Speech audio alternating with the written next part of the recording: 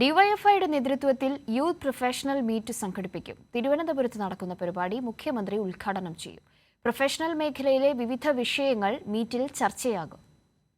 Professional മേഖലയിൽ നിലനിൽക്കുന്ന തൊഴിൽ ചൂഷണവും മാനസിക സമ്മർദ്ദവും ഉണ്ടാക്കുന്ന മാനേജ്മെന്റ് ഇടപെടലുകളും ചർച്ച ചെയ്ത് പരിഹാരം കണ്ടെത്തുക എന്ന ലക്ഷ്യത്തിലാണ് ഡിവൈഎഫ്ഐ സംസ്ഥാന കമ്മിറ്റിയുടെ നേതൃത്വത്തിൽ യൂത്ത് പ്രൊഫഷണൽ മീറ്റ് സംഘടിപ്പിക്കുന്നത്. മുഖ്യമന്ത്രി പിണറായി വിജയൻ പരിപാടി ഉദ്ഘാടനം ചെയ്യും.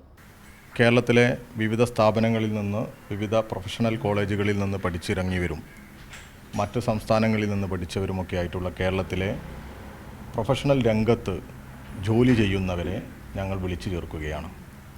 പുരോഗമന സ്വഭാവമുള്ള മതനിരപേക്ഷത നിലനിൽക്കണമെന്നാഗ്രഹിക്കുന്ന യുവജനങ്ങളെയാണ് ഞങ്ങൾ ഈ പ്രൊഫഷണൽ മീറ്റിലേക്ക് ക്ഷണിക്കുന്നത്.